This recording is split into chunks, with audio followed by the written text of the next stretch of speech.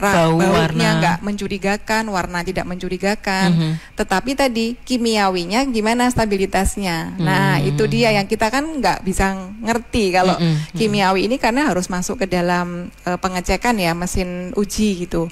Jadi kalau boleh saya sarankan, misalnya tidak jelas ED-nya dan kita juga aduh udah nggak tahu ini gimana gitu, ya sudah tidak perlu jangan dikonsumsi lebih lagi, amannya ya. Jangan dikonsumsi lagi.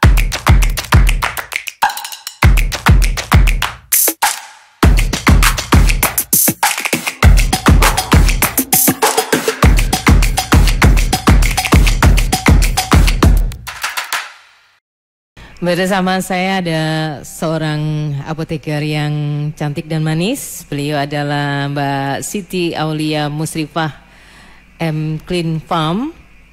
Kita akan bicara tentang beyond use date versus expired date, penentuan masa kadaluarsa obat. Dan saat tadi dipesan saya panggilnya Mbak Aulia saja gitu ya. Hai Mbak Aulia. Iya Mbak Ari, selamat siang. Selamat siang, alhamdulillah. Nih kita akan belajar dari Mbak Aulia nih ya, bagaimana kita menentukan masa kadaluarsa obat. Karena kan kita ini seringkali tidak terlalu memperhatikan hal tersebut. Betul. Kita pakai saja, tidak tahu bahwa ternyata ada yang namanya beyond use date, ada yang namanya expired date. Tapi kita perlu mengenal dulu ya, apa itu yang sebenarnya disebut dengan obat ya Mbak Aulia. Ya. Baik, sebelum kita masuk ke beyond use date dan expired date, jadi saya perlu sedikit menjelaskan terkait obat. Kalau saya ambil dari Permenkes tahun 72, nomor 72 tahun 2016, obat itu didefinisikan sebagai bahan atau paduan bahan termasuk produk biologi yang digunakan untuk mempengaruhi atau menyelidiki sistem fisiologi atau keadaan patologi dalam rangka penetapan diagnosis, pencegahan, penyembuhan, pemulihan, peningkatan kesehatan dan kontrasepsi. Jadi luas sekali ya sebetulnya obat itu. Sediaannya pun macam-macam, dari ada yang mungkin yang paling sering kan tablet, kapsul, sirup, kemudian racikan puyer, kemudian ada tetes mata, salep kulit atau krim, termasuk insulin itu juga termasuk dalam sediaan obat. Ya betul. Jadi kita mesti memahami hal itu, bahwa ternyata luas sekali ya, macam-macam obat itu luas ya. Lalu apalagi yang perlu kita perhatikan dari yang namanya obat itu sebenarnya gitu. Oke. Obat itu pasti memiliki karakteristik yang berbeda-beda. Jadi satu obat dengan obat lain itu punya karakter yang tidak sama gitu ya. Kita bisa lihat dilihat dari stabilitasnya. Ada 3, jadi stabilitas fisik, stabilitas kimiawi, dan stabilitas dari mikrobiologi. Fisik, kimia, mikrobiologi. Ya, betul. Kalau fisik itu kita bisa lihat dengan mata. Jadi bisa dilihat dari warnanya, kemudian juga baunya, nah seperti itu ya. Jadi kalau misalnya untuk mengetahui, oh ini obat tablet harusnya masih utuh gitu ya, sedianya kan bentuknya warnanya putih gitu. Yang betul seperti itu misalnya ya, untuk obat-obat kan warnanya beda-beda. Tapi kok setelah disimpan sekian lama dia jadi agak mulai berubah warna atau ada bintik-bintiknya gitu. Atau kadang-kadang sediaan racikan anak-anak gitu, puyer, tiba-tiba kok jadi ada kayak lengket-lengketnya. Nah itu berarti sudah nggak stabil secara fisikanya. Kalau kimiawi ini kita nggak bisa melihat dengan kasat mata, jadi harus dilakukan pengecekan atau penetapan kadar obat. Ini masih 100% nggak sih ini gitu ya. Jadi harus diuji dulu, dimasukkan ke dalam suatu alat, kemudian untuk mengetahui dia stabilitasnya ini masih 100% atau tidak, seperti itu ya. Jadi kita nggak bisa melihat secara kasat mata nih gitu. Kalau yang stabilitas mikrobiologi itu biasanya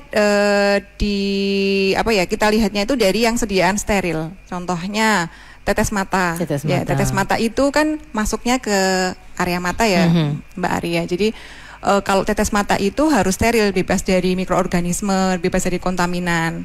Termasuk obat suntik. Jadi kalau mungkin Mbak Ari mungkin pernah dirawat di rumah sakit misalnya ya, ada obat suntik, ada berbentuk ampul atau vial. Nah, seperti itu harus masuk dalam kriteria stabil secara mikrobiologi, karena nggak boleh jadi ada kontaminan, nggak boleh ada bakteri sama sekali yang ke situ. Jadi intinya kalau secara mikrobiologi ini, kalaupun terlihat masih baik-baik saja sebenarnya, tapi kalau dicek itu ternyata itu sudah tidak stabil. Karena kita kan kadang-kadang nggak bisa melihat ya kalau bakteri mikroorganisme itu kan sangat kecil sekali. Gitu. Gitu. Itu yang perlu diketahui, dikenali tentang kriteria stabilitas obat. Kemudian yang lain lagi. Nah ini untuk ketiga stabilitas ini itu berefek ke efektivitas dan keamanan obat. Jadi kalau misalnya dikatakan obat ini masih efektif nggak sih gitu ya, masih aman nggak gitu. Jadi kita lihat dari stabilitas tadi. Ketiga hal tadi ya, jadi secara fisik, secara kimia dan secara mikrobiologi. Jadi mungkin kalau di kita lihat, makanya sekarang kan kadaluarsa itu selalu tampak ya di dalam obat. Cuma kadang-kadang mungkin nggak menyadari gitu ya. Oh sebenarnya itu apa sih gitu maksudnya. Karena pabrikan ini sudah menentukan kadaluarsa bahwa dia pasti sudah menjamin di tanggal hingga rentang tanggal tersebut secara fisik, stabilitas fisik, kimianya atau mikrobiologinya itu masih terjamin. Jadi kalau udah lewat tanggal itu, ya pabrikan udah nggak bisa menjamin lagi gitu. Gitu ya. Tapi sebenarnya gitu ya, kalaupun tetap misalnya ada yang nekat ya Mbak Aulia mengkonsumsi setelah expired date itu, seberapa besar bahayanya gitu ya kepada tubuh kita misalnya? Ya baik. Jadi expired date itu kan sudah diteliti ya sebenarnya ya, dari pabrikan itu sudah melakukan uji stabilitas. Jadi disetorkan ke Badan POM apa saja sih kualifikasinya gitu ya. Intinya kalau sudah masuk dalam range tanggal ini, pabrikan bisa menjamin bahwa obat ini aman untuk digunakan dan masih efektif 100%. Terus kalau ada orang yang atau pasien yang nggak apa-apa gitu, nggak ngefek ke saya gitu kan. Nah itu seperti ini, obat itu akan mengalami degradasi. Degradasi itu seperti pengurangan efektivitasnya. Jadi misalnya ada obat pil kontrasepsi atau pil KB. Harusnya minum obat atau pil kontrasepsi itu 100% dia bisa mencegah kehamilan gitu ya. Tapi dia minum yang obatnya yang sudah expired gitu. Ternyata gagal. Maksudnya akhirnya malah jadi niatnya mau KB tapi malah jadi gagal ya. Nah, itu bisa jadi karena obat ini tadi yang menyebabkan gagalnya pasien ini gitu. Karena efektivitasnya sudah berkurang, sudah tidak 100% lagi. Kemudian mungkin ada pasien diabetes mellitus dapat obat insulin yang disuntikkan setiap hari gitu ya. Ketika masih masuk dalam range tanggalnya berarti kan masih aman 100% gitu. Nanti kalau ternyata disuntikkan di luar itu, bisa jadi dia gula darahnya tidak menurun. Karena kadang-kadang kan gini, eman-eman mahal-mahal beli gitu ya. Jadi itu, dipakai terus. Terus efek terburuknya ada beberapa obat yang bisa jadi malah menimbulkan efek toksiknya. Ya itu yang kita takutkan kan itu. Sehingga ya kalau saya sebagai apoteker ya, yang penting intinya gini, kan dari pabrikan sudah melakukan uji stabilitas ini itu gitu ya, sudah lengkap, diserahkan ke Balai POM, sudah ditentukan tanggalnya. Ya udah kita ikutin aja nih gitu tanggalnya ini gitu, nggak usah eman-eman atau gimana-gimana gitu ya. Betul, itu ya. Ya seperti itu. Ya sering juga sih dengar itu eman-eman Mbak, nggak apa-apa gitu ya. Betul. Jadi harus dipahami bahwa ada efek ada penurunan efektivitas dan ada kemungkinan efek toksiknya. Betul. Oke, baik. Silahkan teman-teman yang selama ini masih terlalu menganggap remeh itu mungkin ya. Masa kadaluarsa itu bisa perhatikan terus, atau Anda langsung berinteraksi dengan apoteker, Mbak apoteker yang cantik ini, Mbak Aulia dari RSKK ya. Saya masih bersama dengan seorang apoteker dari RSKK Kediri, Mbak Siti Aulia Musrifah M Clean Farm atau Mbak Aulia. Kita mengenali lebih jauh tentang masa kadaluarsa obat dan juga ada yang namanya beyond use date. Sebentar, tapi gini, mungkin saya kembali ke stabilitas dulu ya Mbak Aulia. Kadang-kadang kan ada yang kita dapat obat berupa puiran gitu ya, puiran, atau mungkin itu dari satu kemasan dipindah ke kemasan yang lain. Nah, itu gimana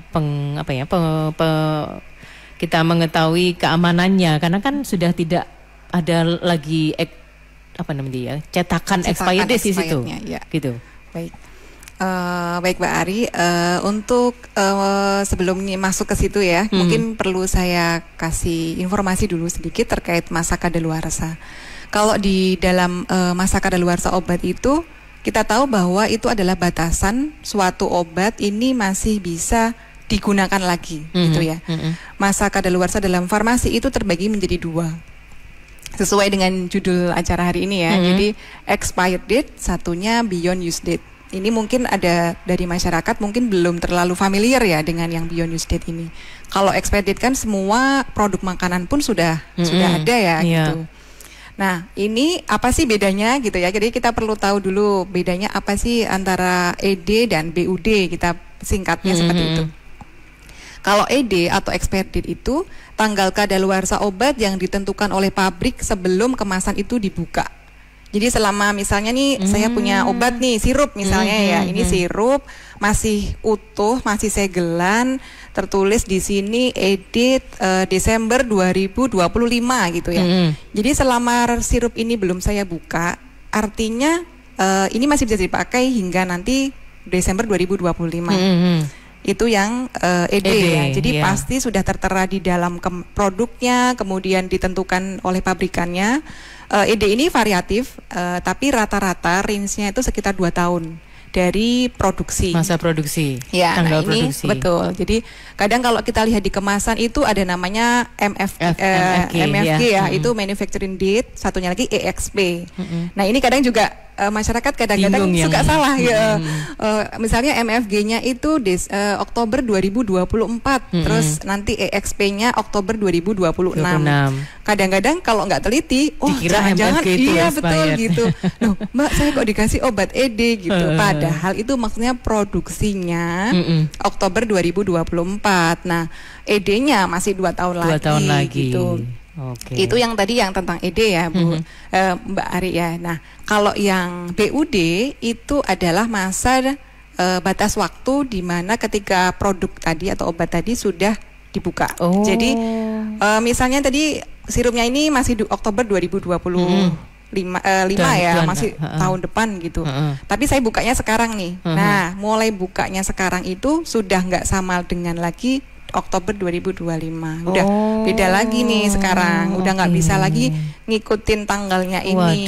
Gitu ya. Nah, selama ini saya kiranya masih bisa ngikutin yang itu ya. Betul. Jadi ED itu hanya berlaku ketika kemasan itu masih belum dibuka. Jadi masih utuh. Misalnya tablet kan ada 10 tablet ini ya, satu strip misalnya 10 tablet gitu.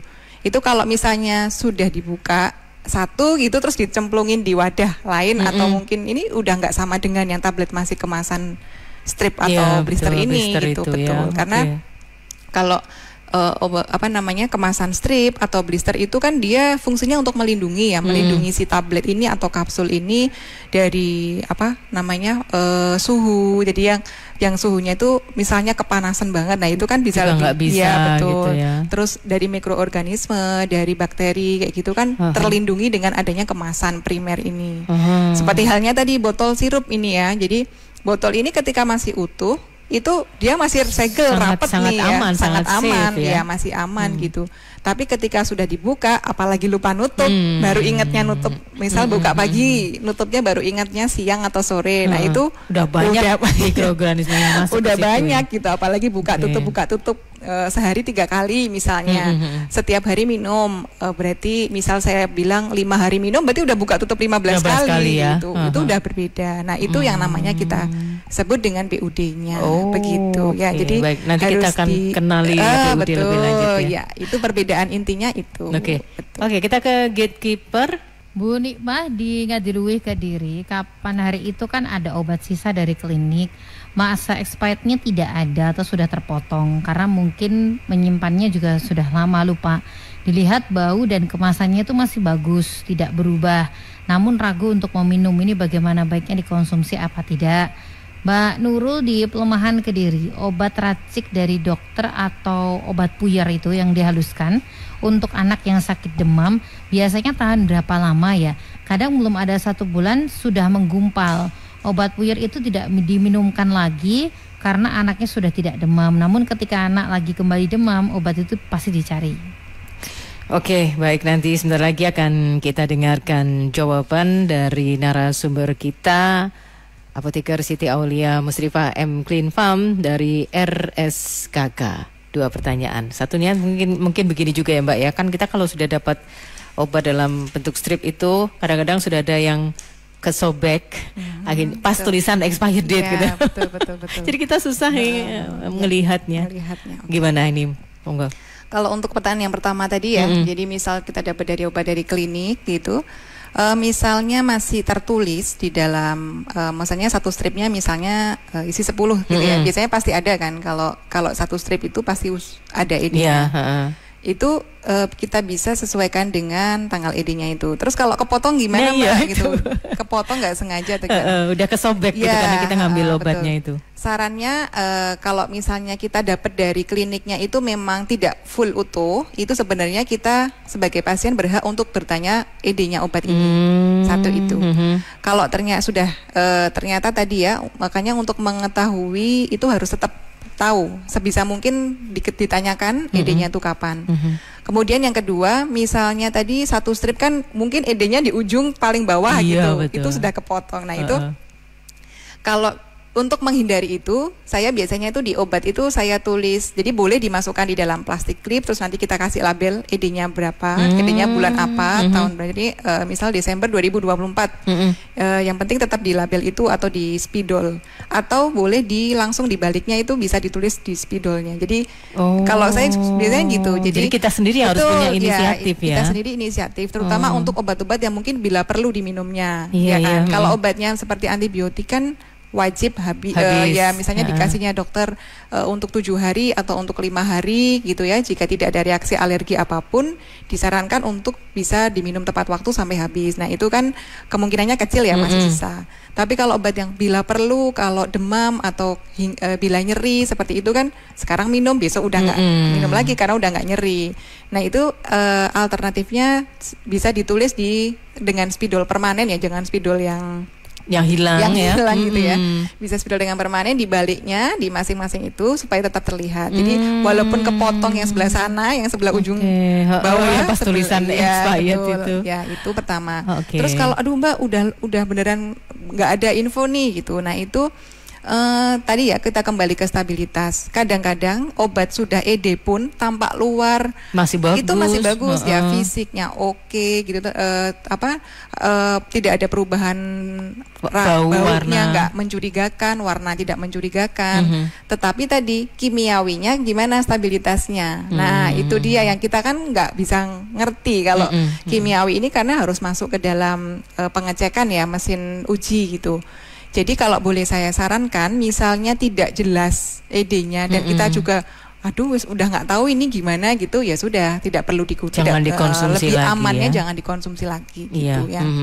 Dan sering-sering harus ngecek loh. Kadang-kadang di kotak obat tuh sudah banyak obat-obat yang harusnya. Iya betul itu ya. Kadang nggak sadar ya. Ini saya yakin ini mungkin para pendengar di Radio Andika kalau dicek di rumahnya masing-masing nih, dibuka-buka gitu simpenannya yang sudah harus dibuang. Mungkin itu sudah tahun lalu atau mungkin 2 tahun yang lalu gitu. Mana kalau satu keluarga misal ada 4 orang aja, minimal sudah ada yang pernah sakit lah, masa sih kita sehat terus gitu kan. Jadi bisa obat dari rumah sakit, dari klinik, puskesmas, atau mungkin beli sendiri gitu.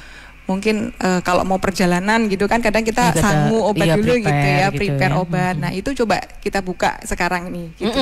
Banyak harus diseleksi. Iya betul, diseleksi. Kemudian tadi dengan cara tipsnya tadi ya, jadi misalnya masih kelihatan ED-nya, langsung cepat-cepat kita tulis kopiannya di tablet-tablet yang baliknya itu, atau boleh dimasukin plastik klip, kita kasih label itu satu yang untuk pertanyaan pertama. Iya, yang kedua tentang puyer ya. Tentang puyer ya, oke. Iya. Kalau puyer ini memang termasuk dalam puyer itu beberapa bisa dokter itu biasanya meresepkan lebih dari 1 macam obat, kemudian dicampur atau digerus, diracik jadi 1.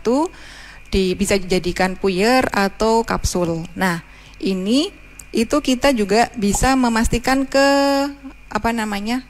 farmasinya. Jadi boleh ke rumah sakit atau farmasi rumah sakitnya atau farmasi di puskesmas misal gitu ya. Obatnya ini misalnya ada 3 obat ya, A, B, C. Nah, 3 obat ini jika ED-nya aslinya obatnya itu lebih dari 6 bulan, maka kita pastikan kita bisa katakan bahwa batas maksimalnya dia 6 bulan. Pokoknya tidak boleh lebih dari 6 bulan. Misalnya obat A ED-nya masih 1 tahun lagi, obat B masih 2 tahun lagi, obat C masih 8 bulan lagi. Sebenarnya masih panjang-panjang semua kan ini. Nah, tapi ketika dia sudah dibuka, diracik jadi 1, dipuyer atau di kapsul, itu maksimal batasnya 6 bulan. 6 bulan. Ya, dengan catatan tadi seperti kata yang penanya tadi ya, tidak ada perubahan fisiknya, tidak ada perubahan tampaknya, itu masih utuh. Misalnya puyer ya dari awal dia dapat sampai 6 bulan itu masih seperti itu. Kalau udah mulai gumpal-gumpal atau ada lengket-lengket, nah itu berarti sudah tidak boleh stabil. Dikonsumsi lagi betul, ya. seperti itu ya. Jadi maksimal 6 bulan kalau ED-nya komponen obat ini itu lebih dari 6 bulan semua. Tapi kalau dari 3 obat ini A, B, C, satunya ED-nya 3 bulan, satunya 1 tahun, satunya masih 2 tahun, kita pakai yang paling dekat 3 bulan gitu. Nah, seperti itu ya. Jadi pokoknya 6 bulan itu batas maksimal racikan kapsul atau puyer. Tapi bisa dilihat lagi ke tadi ya, fisiknya itu gimana gitu. Apakah masih oke seperti awal dapat dulu gitu ya, atau sudah berubah gitu. Nah, apakah itu artinya yang namanya BUD ya, itu? Betul ya. Jadi BUD ini memang pokoknya tadi ya batas waktu ketika obat sudah dibuka dari kemasannya atau ketika dia diracik, dicampur dengan pelarut kalau sirup kering. Nah, itu mulai startnya itu. Dan BUD ini biasanya ya kapan dia buka. Makanya untuk BUD ini selalu saya sarankan, misal dapat puyernya sekarang tanggal 5 Desember. Nah, itu bisa ditulis di situ ya. Iya. Ya, tapi kadang-kadang tidak ada loh yang seperti itu ya. Tapi kalau di RSK selalu begitu ya. Ya, jadi kita sarankan itu ada tulisannya ada saran ini maksimalnya sampai berapa gitu. Misal 5 Desember ya berarti nanti maksimalnya dihitung 6 bulan dari itu jika komponen obat ini lebih dari 6 bulan. Tapi kalau ada yang kurang dari 6 bulan, ya kita pakai ED yang paling terdekat ya. Terdekat ya. Dengan catatan tadi semua masih tampak ininya masih bagus gitu. Kalau begitu Mbak Aulia, kalau kita dapat obat dari RSKK itu dijamin aman gitu ya. Insya Allah. Insya Allah, baik yang masih dalam kemasan atau yang sudah dipindahkan dari kemasan aslinya ya. Betul. Oke, ke farmasian di RSKK Mbak Aulia bisa digambarkan sedikit dulu. Kalau di RSKK itu seperti apa? Kalau ke farmasian itu kita farmasi secara garis besar itu kami melayani farmasi rawat inap, rawat jalan dan di IGD. Jadi kalau yang di farmasi IGD ini 24 jam ya ada di IGD. Jadi karena kan kalau UGD itu kasusnya juga 24 jam ya harus buka, nggak mungkin farmasinya tutup kan nggak mungkin. Jadi kita mengikuti pelayanan di IGD. Untuk rawat jalan sekarang mungkin sudah banyak ya tersiar informasi ya, kami punya layanan antar obat ke rumah pasien atau tarunamu, dan ini saya pribadi sebagai karyawan RSKK juga mendapatkan feedback positif ya dari masyarakat. Kalau dulu nih Bu, saya Mbak Ari ya, dulu kalau boleh cerita zaman belum ada ini itu namanya pasien itu udah nunggu di farmasi itu kan udah pos terakhir ya. Jadi mereka misalnya berangkat pagi-pagi habis subuh ke rumah sakit dulu, ya. Sebelum periksa daftar dulu. Terus ke poli, mungkin dari poli nanti diminta untuk cek laboratorium dulu atau cek ronsen dulu, balik ke poli lagi.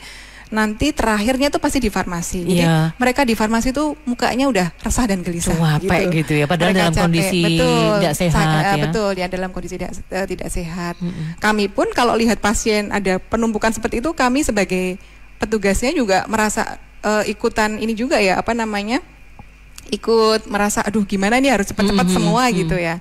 Tapi dengan adanya sekarang Tarunamu itu pasien bisa menunggu obat di rumah. Jadi kami akan antarkan obat itu sampai pasien ke rumah gitu. Alhamdulillah. Jadi itu sudah respon positif sampai hari ini itu banyak sekali pasien-pasien RSKK dengan alamat Kota Kediri, Kabupaten Kediri itu bisa menikmati layanan ini. Alhamdulillah. Gitu. Oke. Ya.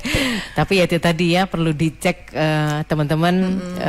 Tapi kalau dari RSKK sudah pasti terjamin tentang Ya, expired betul. date-nya Kita sama selalu lakukan pengecekan beyond ED-nya. use date-nya ya. Oke.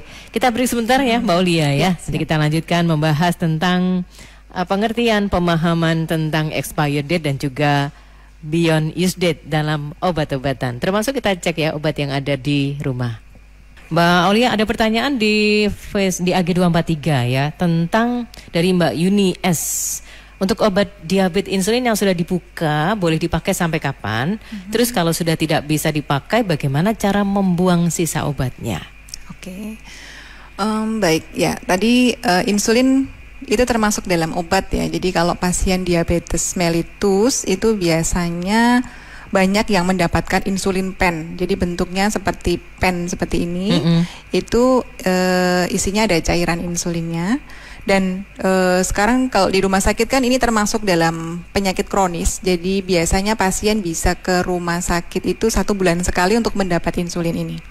Dan insulin ini penggunaannya tergantung dosisnya yang ditentukan oleh dokter. Ada yang misalnya 1 kali sehari 20 unit gitu, ada yang bahkan misalnya 3 kali sehari 20 unit gitu. Kalau misalnya, jadi variatif, ada yang bisa dapat 1 pen, ada yang dapat 5 pen, bahkan ada pasien dapat 5 pen dalam 1 bulan. Nah, kalau beyond use date-nya gimana gitu. Jadi 5 pen ini yang 4 disimpannya di kulkas ya.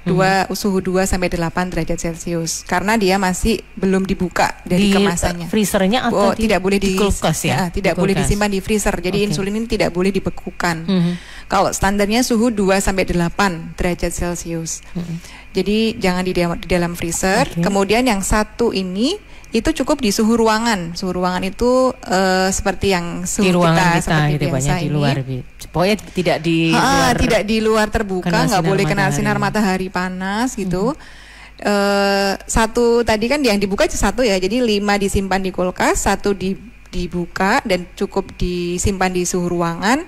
Maksimalnya itu 28 hari. Ya, jadi lagi-lagi di ini ya ditanggalin gitu tanggal 1 Desember gitu, berarti nanti 28 hari lagi itu sudah maksimal batasnya. Masih ada sisa atau enggak ya berarti sudah tidak gitu. dipakai lagi. Begitu ya. Jadi kalau insulin seperti itu, tapi rata-rata kalau karena tadi kan insulin sudah ditentukan ya dosisnya dari dokter, kami pasti dari rumah sakit akan menyesuaikan jumlah yang diberikan itu berdasarkan dosisnya gitu. Jadi misalnya ditentukannya tadi kebutuhannya untuk 1 bulan 4 gitu ya, 4 insulin. Jadi ya paling enggak nanti 1 minggu habis, nanti buka baru lagi yang di kulkas itu 1 minggu lagi habis seperti itu ya. Jadi insulin harus dihabiskan dulu 1, kalau sudah nanti baru yang ganti pen berikutnya gitu. Betul, ya. itu tentang insulin. Kemudian kalau terkait pembuangannya, jadi ini juga kadang-kadang ada pertanyaan ya, banyak yang bertanya kalau obat udah ED atau rusak tuh kita apain gitu. Nah, kalau di rumah tangga, jadi dari Kementerian Kesehatan kemarin sudah membuat kayak semacam panduan gitu bagaimana pengelolaan limbah farmasi di rumah tangga. Jadi pertama kalau misalnya sampahnya itu limbah farmasinya itu berupa sediaan tablet strip gitu atau blister gitu, kita buka dulu dari kemasannya gitu ya.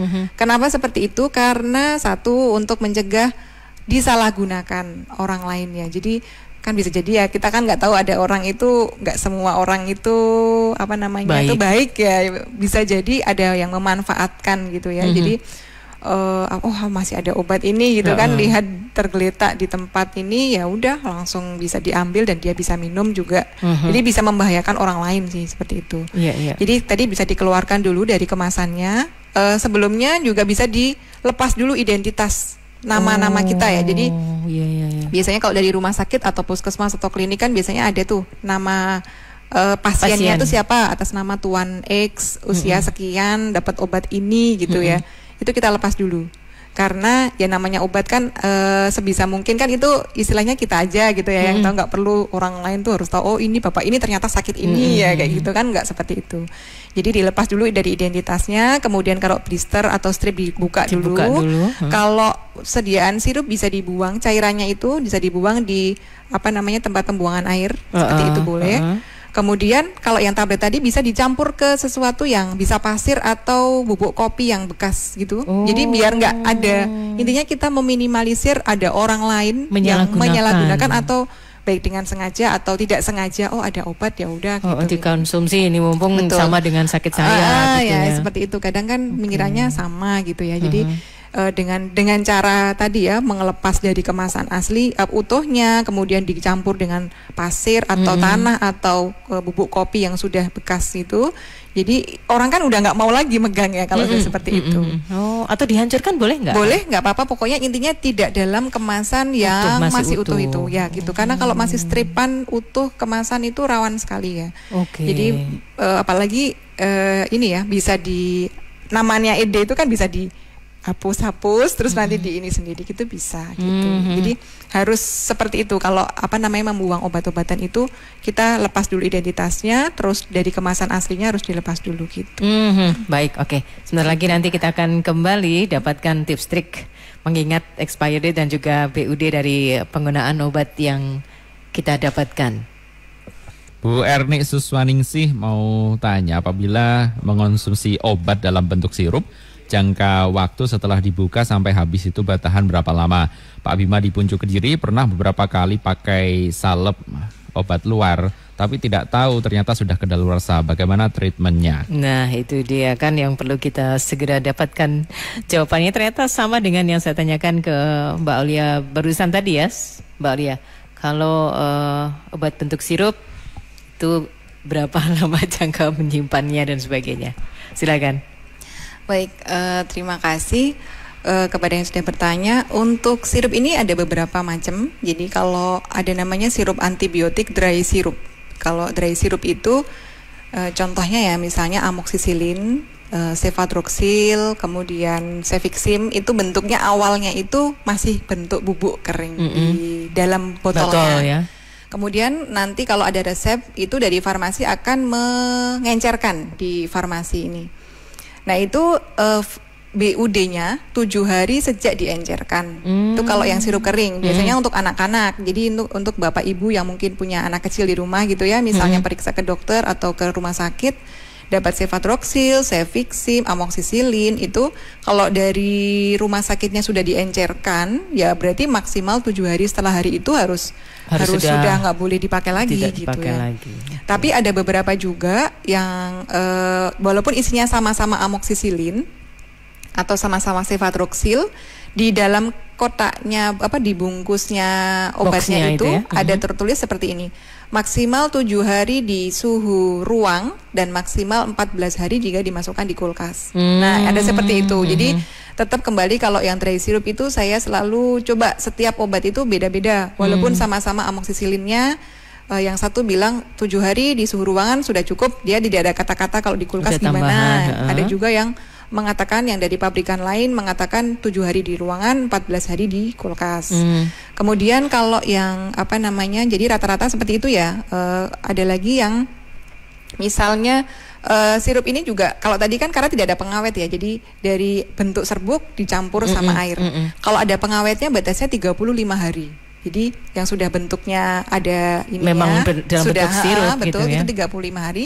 Jika memang di dalam wadahnya tadi tidak ada keterangannya, di brosurnya itu tidak ada. Tapi kalau Bapak Ibu amati sekarang ini sudah kita bisa lihat di masing-masing brosur obat itu sudah dicantumkan. Jadi macam-macam gitu. Jadi ini saya kasih contoh aja beberapa ya. Misalnya sukralfat suspensi. Kalau ini suspensi bentuknya ya, bukan yang sirup. Itu bisa ditulis di situ 90 hari. Jadi bisa 3 bulan kalau minum sukralfat. Jadi pokoknya setiap kali buka sirup atau obat ini ya, terutama yang sirup tadi, langsung ditulis pakai spidol ya di botolnya itu. Ya? Betul gitu. Di situ ada brosurnya tertulis 90 hari sejak kemasan dibuka. Itu satu. Ada juga namanya antasida. Antasida kemarin kalau kita cek itu 20 hari. Jadi sejak dibuka. bisa macam-macam. Jadi standarnya tadi kalau dry syrup 7 hari di suhu ruangan, 14 hari di kulkas. Kalau yang ada pengawetnya 35. Tapi 35 tadi bisa variatif antar pabrik satu produk yang iya lainnya betul, satu produk sama. satu dengan yang lain nggak sama. Contoh lagi laktulosa sirup itu bisa 2 bulan gitu ya. Jadi bisa lebih dari 35 hari. Kemudian paracetamol drop itu sediaan yang biasanya untuk anak-anak kecil bayi kurang dari 1 tahun itu bisa 2 bulan. Ibuprofen sirup bisa 2 bulan. Jadi memang masih ada karakteristiknya masing-masing gitu. Jadi silakan kalau ada yang mengkonsumsi obat sirup bisa dilihat di bagian penyimpanan. Nanti ditulisannya gini, bagian penyimpanan tertulis tidak boleh disimpan di suhu lebih dari 30 derajat gitu ya, tidak boleh kena panas langsung. Kemudian bawahnya lagi ada tulisannya boleh digunakan maksimal 90 hari sejak kemasan dibuka. Nah, itu loh kadang-kadang tuh kita kalau minum obat tuh nggak baca sampai bawah situ. Jadi yaudah ini ya. Hanya aturan konsumsinya betul, aja yang ada gitu ya. Kita buka. Sedangkan tadi ya yang namanya kita sakit kan mungkin sekarang udah nggak demam gitu ya. Nanti demamnya baru 2 minggu lagi apa 3 minggu lagi gitu. Tuh variatif sekali gitu. Kalau untuk salep? Kalau salep Kalau ini ada 2 macam ya, ada krim atau gel dan salep. Itu beda. Kalau krim, bentuknya krim itu 1 bulan 30 hari. Kalau salep bisa lebih panjang. Salep itu yang agak berminyak. Iya betul. Kalau salep itu basisnya tuh ada minyaknya ya. Jadi dia bisa 90 hari gitu. Tapi tadi lagi-lagi ini ada kalau kita amati tidak semua krim itu mencantumkan tanggalnya. Kalau nggak mencantumkan kita pakai patokan itu krim atau gel 1 bulan. Kalau salep 3 bulan. Tapi kalau di dalam leafletnya tertulis 2 bulan atau kemarin saya baca tulisannya itu 12 minggu ya, 12 minggu sama dengan 3 bulan ya Bu. Jadi Mbak ya. Jadi ya pokoknya patokannya 1 bulan dan 3 bulan tadi untuk krim dan salep atau langsung ke brosurnya gitu. Padahal kadang-kadang pas bayi 1 tahun nanti dipakai lagi pas bayi 2 tahun. Iya, tidak sadar ya Bapak itu ya. Kadang nggak sadar ya. Jadi pokoknya sekarang mungkin bisa dibiasakan ketika kita mengkonsumsi obat sirup atau kalau dari puyer dari klinik atau rumah sakit atau salep itu bukanya kapan itu kita catat. Gitu ya. Di ini aja, di obatnya aja gitu. Langsung pakai ditulis. Spidol permanen ya. Benar. Atau pakai label ya, mungkin kadang ya. kita ngerasanya gitu kan, kayaknya aku barusan demam 2 minggu yang lalu padahal udah setengah tahun yang lalu gitu kan. Jadi udah lama tapi ya masih itu banyak lagi, sekali gitu. hari ini kita dapat pengetahuan yang luar biasa dari teman-teman RSKK dan sekali lagi kalau dapat obatnya dari RSKK pasti sudah terjamin untuk pendataan expired date-nya juga beyond use date-nya ya Mbak Aulia. Terima kasih, saya menunggu lagi nanti kita dapat banyak pelajaran, wawasan tentang masalah obat-obatan ini dari teman-teman SKK. Terima kasih untuk kali ini, sampai ketemu lagi. Terima kasih Mbak Ari.